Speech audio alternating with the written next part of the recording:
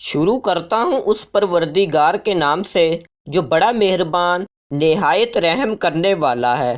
السلام علیکم ورحمۃ اللہ وبرکاتہ۔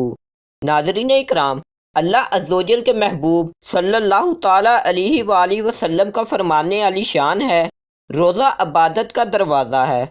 ماہ رمضان کی ایک خصوصیت یہ بھی ہے کہ اللہ پاک نے اس ماہ میں قرآن پاک نازل فرمایا۔ چنانچہ پارہ نمبر 2 سورہ بقرہ آیت نمبر 185 قرآن پاک میں اللہ تعالیٰ کا فرمان عالی شان ہے۔ ترجمہ کنز ایمان۔ رمضان کا مہینہ جس میں قرآن اترا، لوگوں کے لیے ہدایت اور رہنمائی اور فیصلے کی روشن باتیں، تو تم میں کوئی یہ مہینہ پائے تو ضرور اس کے روزے رکھے، اور جو بیمار یا سفر میں ہو تو اتنے روزے اور دنوں میں۔ اللہ پاک تم پر آسانی چاہتا ہے اور تم پر دشواری نہیں چاہتا، اور اس لیے کہ تم گنتی پوری کرو، اللہ کی بڑائی بولو، اس پر کہ اس نے تمہیں ہدایت کی اور کہیں تم حق گزار ہو۔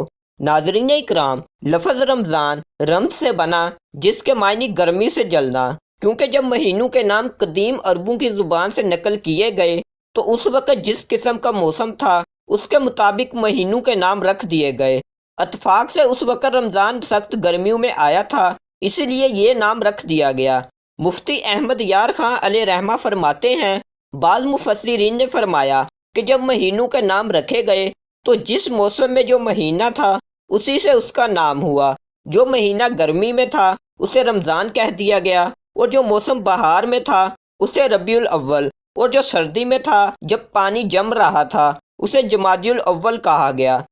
صلو علی الحبیب صلی اللہ تعالی علی محمد وبارک وسلم۔